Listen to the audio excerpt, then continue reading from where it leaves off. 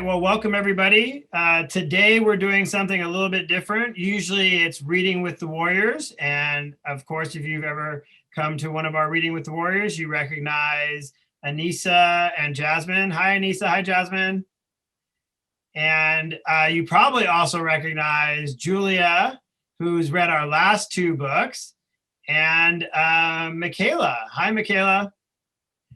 So, so today what we are doing is we are having a little panel discussion about the really serious and unfortunate rise in anti-Asian violence and hate crime and sentiment in our country. And we want to kind of have a discussion about that. And we hope that this discussion will help others with this topic and give some ideas for how we can move forward in our own community and as a country. So today's host is Michaela. I'm going to turn it over to Michaela. She is joined by three other amazing women from our soccer team, and it's all yours, Michaela. Take it away. Alrighty, hi guys. My name is Michaela Enriquez, but you guys can call me Mick. I don't know why Gabe was calling me Michaela. I'm just kidding. All right, so today, like Gabe said, we're going to be talking about kind of anti-Asian hate crimes and violence that has been going on in today's world. And so I'm going to be asking my teammates a couple questions. So Anissa, I wanted to ask you, what does your Asian heritage mean to you? For me, my Asian heritage, so I'm half Black and half Asian, and so that would be Mian. So to me, my Asian American heritage means just like a sense of resilience and just strength in my family story and, the things that my grandparents and my great grandparents had to go through, in order to get my family here. And it just makes me want to be like, reach my greatest level, I guess you could say, and really just push myself because of the sacrifices that they've made. So it's just a sense of strength and a sense of heart for me. Can you tell me a little bit about your like your family story? Give me a story about like your grandparents or so on. So my family story is we're originally from the hills of China, and during the Vietnam War, my grandpa and some of my other family members had to fight in the war with the United States against communism, and because of that, they had to relocate and eventually take refuge in Thailand. But to do that, I think the most shocking thing that I've had to like kind of talk to my grandparents about is like family members and things like that having to cross the Yellow River and stuff like that.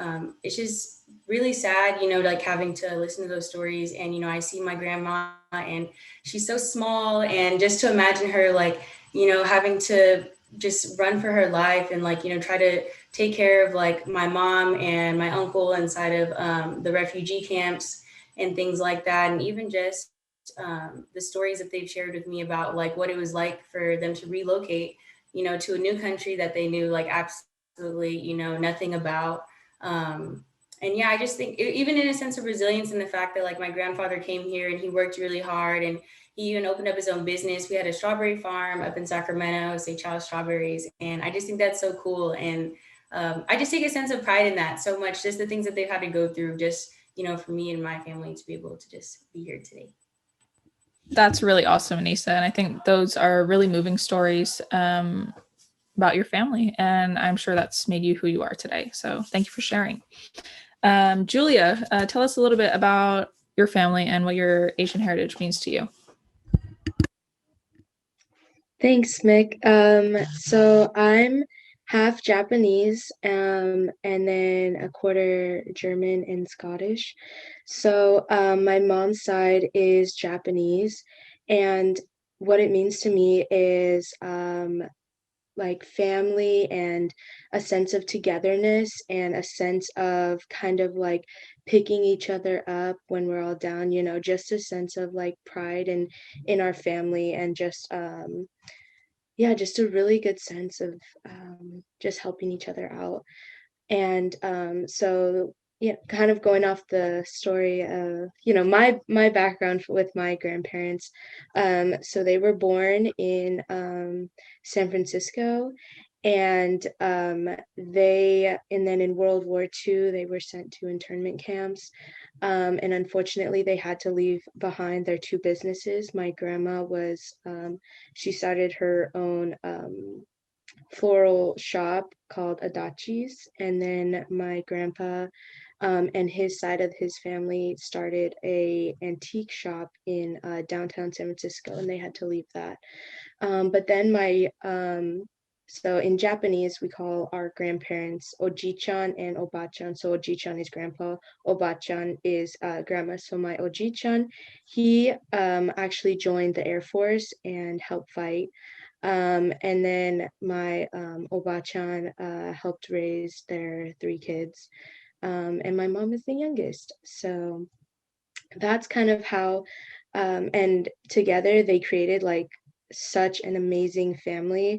Every New Year's, my Japanese side, all, like 20 something of us get together at my auntie's house, and we all have a huge kind of like feast and festival of the new year. They're so welcoming, like I brought Anissa a couple years ago, and it was so fun. And so being Asian and having that that part of me really resembles just togetherness and a loving family and support for each other. That's really awesome. Thank you so much for sharing, Julia. Alrighty, I'm gonna ask the same question to Jazz. Jazz, tell us a little bit about your family and what your Asian heritage means to you. The first question, what does my Asian heritage mean to me? It just basically means being proud of who I am and where I come from. So I'm African American and half Japanese. My mom is Japanese, and I don't know, I feel like it's just being very proud of how rich that culture is. Japan has a culture of 100 years and going. So there's a lot to learn in that culture. My grandparents live in Japan now. They live in Narita, which is in the Chiba prefecture.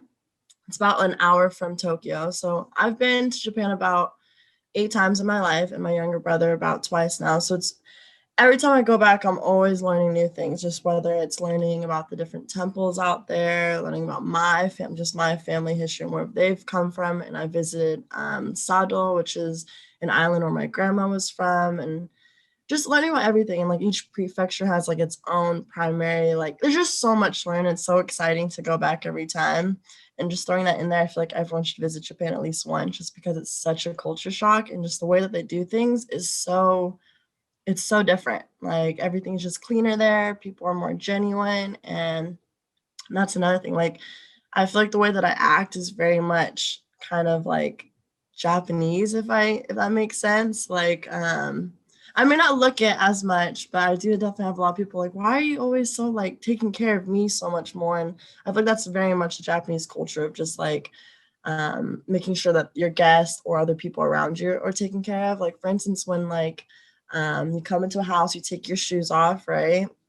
We don't want to dirty someone's house. So I definitely keep that tradition alive whenever I visit someone else's home. Or like for gift giving, it's not really accepted. You don't say it's accepted, obviously. When you give a gift in America, you say thank you. Like, oh, thank you so much. So excited to open this. But in Japan, what they're saying is like, no, like you really shouldn't have. Like, no, why did you get me that? Like, it's very much in denial in a sense, because they're just so humble and like, oh my God, I really don't deserve this gift. And I don't know if anyone knows me, I'm very much like, no, I'm so sorry. No, please no. Like, no, please. But so that's my Japanese heritage, just being so much like being proud of who I am and understanding that culture. So I'm always learning more. And kind of the background of my family, like I mentioned before, my grandparents still live in Japan.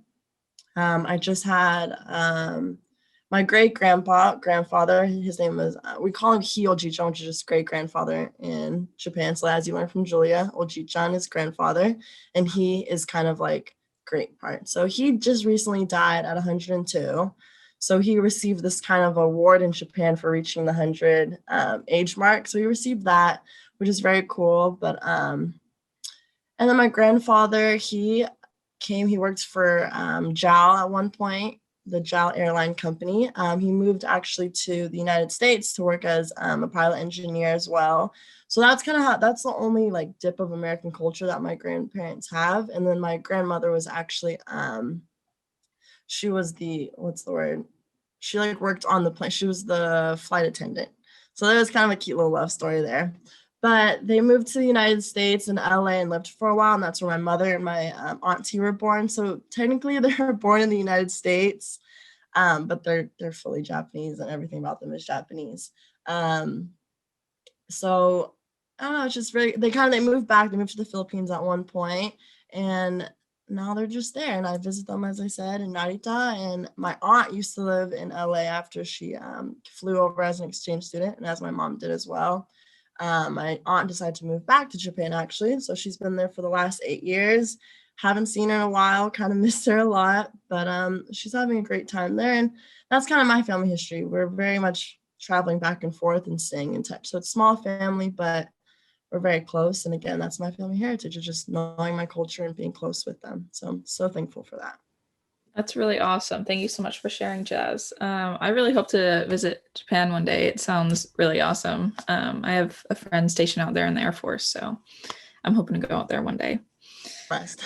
Alrighty. I'm going to switch gears a little bit. So as we talked about in the beginning, we were talking about how there have been a lot of anti-Asian hate crimes and violence in the US ever since kind of like coronavirus started, or it kind of raised up a little bit more. Julia, how do you feel about all of this happening? How do you feel about these anti-Asian hate crimes? So yeah, definitely having older relatives, it's frightening and it's really saddening because just as Jasmine spoke, the Asian culture is very humbling. Like it's not just Japanese, like that is just the culture. They are just very humble and empathetic and compassionate people. And Asians are like older Asian are known to be short and little, and you don't hurt someone that is just like minding their business, trying to go on their daily walk, and it's really upsetting because it's straight from a hate crime. It's not like this elderly person like left garbage on the ground or something like that, or did anything. Like they're just going for a walk and then they are hurt, or they are called like a racial slur. And so it's really frightening. It's sickening and just really upsetting to see the increase of these crimes, especially in the Bay Area as well, because there's a large Asian population. Alrighty, thank you for that input, Julia. Jasmine, do you have any input on that question or anything? It's just really disgusting that is even a thing. They're just like any other racial issue, attacking someone solely off their culture, color of their skin, whatever the reason that they can't even control is disgusting. Like, what was the reason?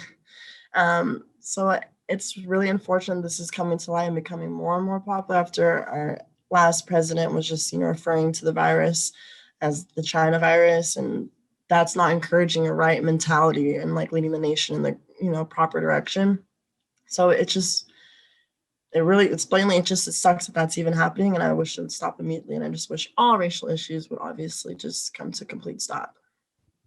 Completely agree with you. Kind of going off our former president, it doesn't help that like when a leader is saying things that he said like that, and there are a really big amount of people that follow him, obviously they're going to be like, oh, well, he's saying this, like we need to follow what he says, even if they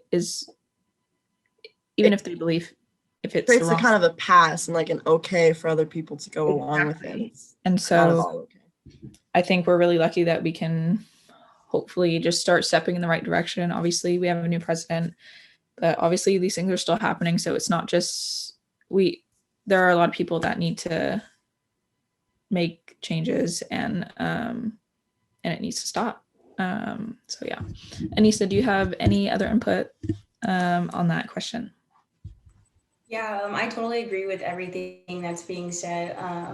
And I definitely think there's like a misrepresentation of Asian Americans, in society in general. I know we were talking about this like in our past meetings, how Asians are expected to just be, quiet about things, not make a fuss, like the model minority that everyone else should be following. Like if Asian Americans can do it, then you can do it. And it's really just unfair, the type of stereotypes that like we put upon Asian people and that society puts upon Asian people, especially, someone that's supposed to be leading our country in a time like this. And, I think these issues are just coming to light. And I think that it's a good thing because there needs to be exposure, there needs to be more education about, who Asian Americans are other than just, crazy rich Asians and, these crazy success stories that we see overseas or, even in America. There just needs to be representation of like, normal people. And it's just really scary, that, as these stories are getting more exposure, it's just really scary to see like someone that, looks like your family member, looks like your grandma who, personally, my grandma she's less than 5 feet tall. She's at my shoulder and she genuinely thinks I am the tallest person like ever. I'm 5'6", but like Julia said, like, you shouldn't really, like, you wouldn't pick on someone who's already like older and, obviously like, just more fragile. And it's just really scary and like painful to see, honestly. But as these movements for, minority rights, people of color and their rights and things like that, I feel like we're learning a lot. And it's just really great to see like everyone banding together against stuff like this. And I think I saw that an older Asian American lady was attacked in San Francisco. And, that's supposed to be somewhere that's very progressive and, inclusive, diverse, all this kind of stuff. But it's scary to see stuff like that happen. But, a great thing that came out of that was her GoFundMe had like $75,000 and she decided that she wanted to donate all of her funds to different Asian American funds to support, Asian Americans. And that's just great to see like the solidarity between not only the Asian community, but also like, people of color, minorities, and just even having like white allies to stick up for people and say something. I think it's all very important. So.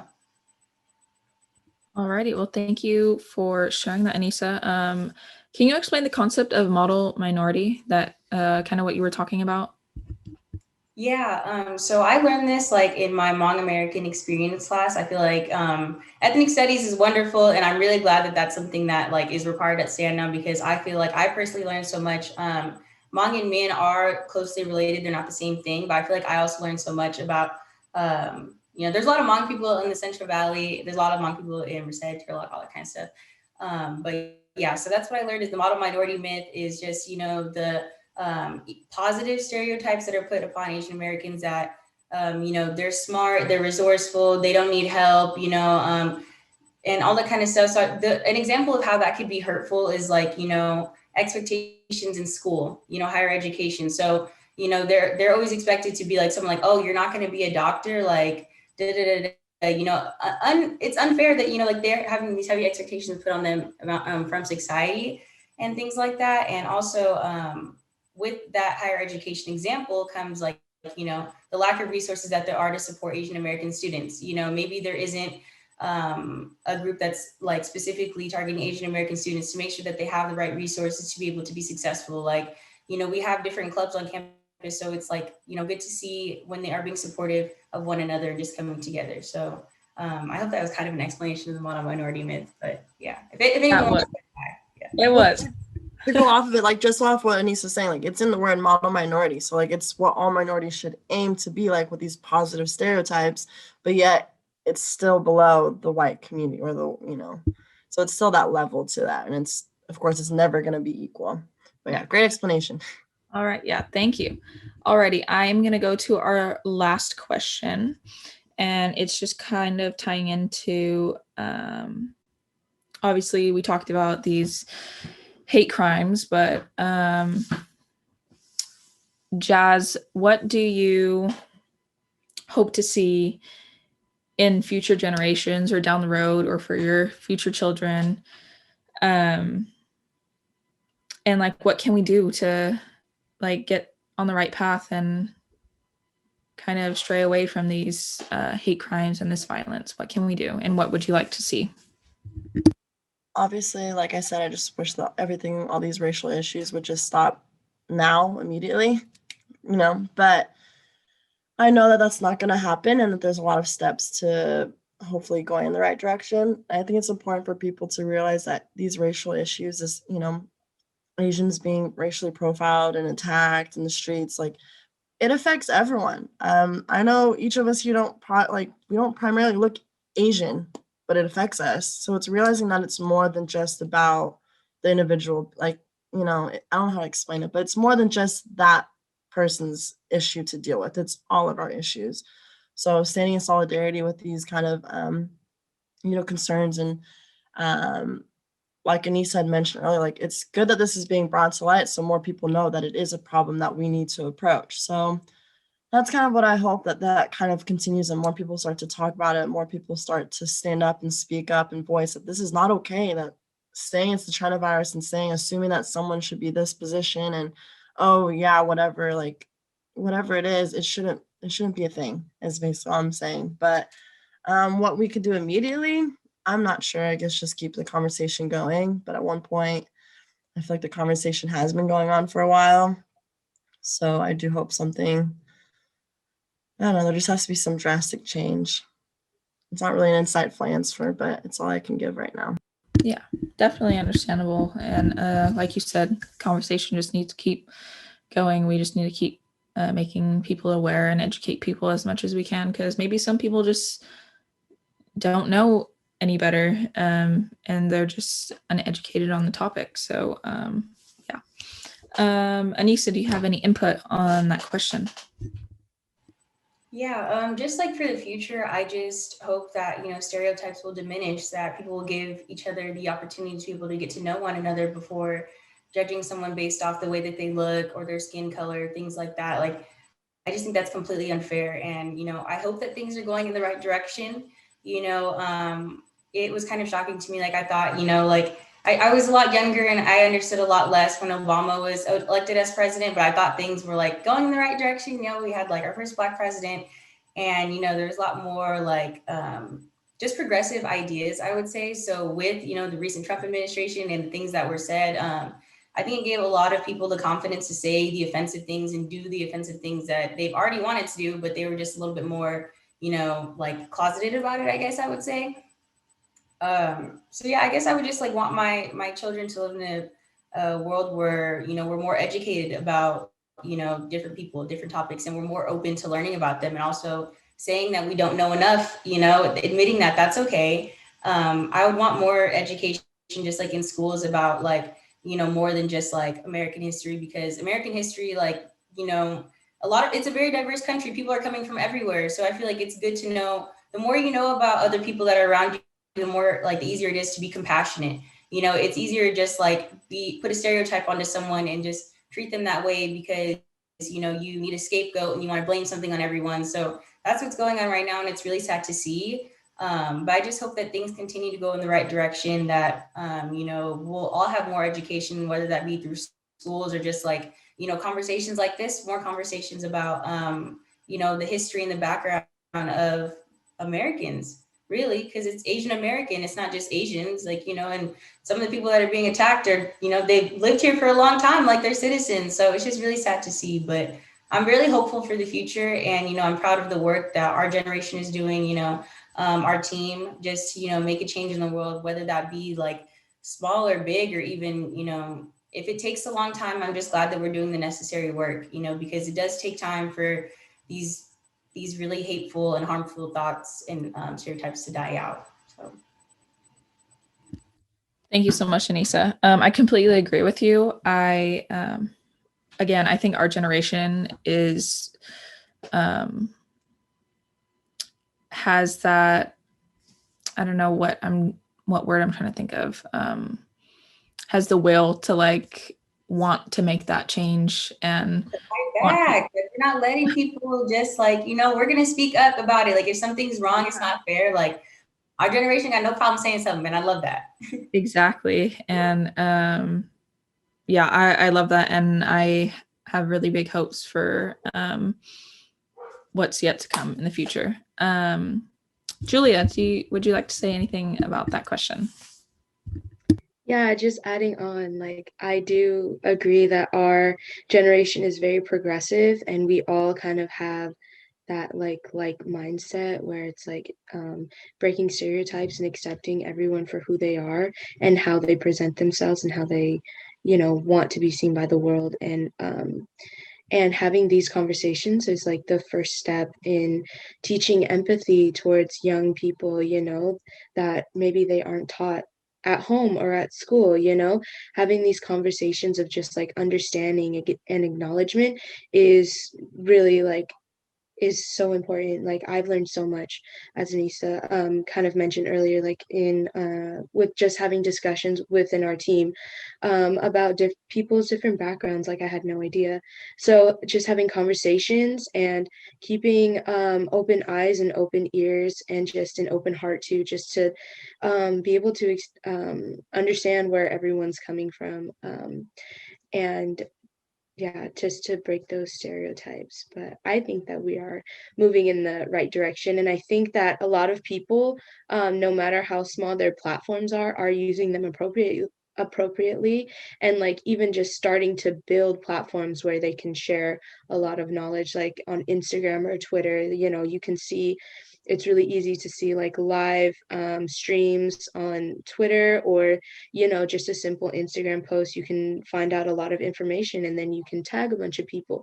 So being in that generation that kind of like created Instagram and like is using Instagram, and that we have a lot of like the how we share information, um, like from the news outlets onto our social media, is kind of like really important. So I think that yeah, just continuing to do that and having conversations and just keeping a really positive, open mindset about everything. So All right. Well, thank you so much for sharing that. I think something that I just want to say is that our team is really awesome, and our team is so open to having these kinds of conversations. And I will forever be grateful for that, not just in terms of like Asian Americans. We make these conversations about when there's racial injustice and Black Lives Matter movements, LGBTQ issues, all of these things. And we're all really open to talking about these things. And I feel like we all support each other um, in really amazing ways. And I'm very lucky to call all you guys my teammates. And yeah, thank you guys so much for joining us today. Thank you, Julia, Jazz, and Anissa, for having this conversation with me. And I hope to see you guys really soon. And I hope that our audience watching really enjoyed our topic today. And yeah, thank you, everybody. We'll see you soon. See you at Bye. practice. thank you. Bye.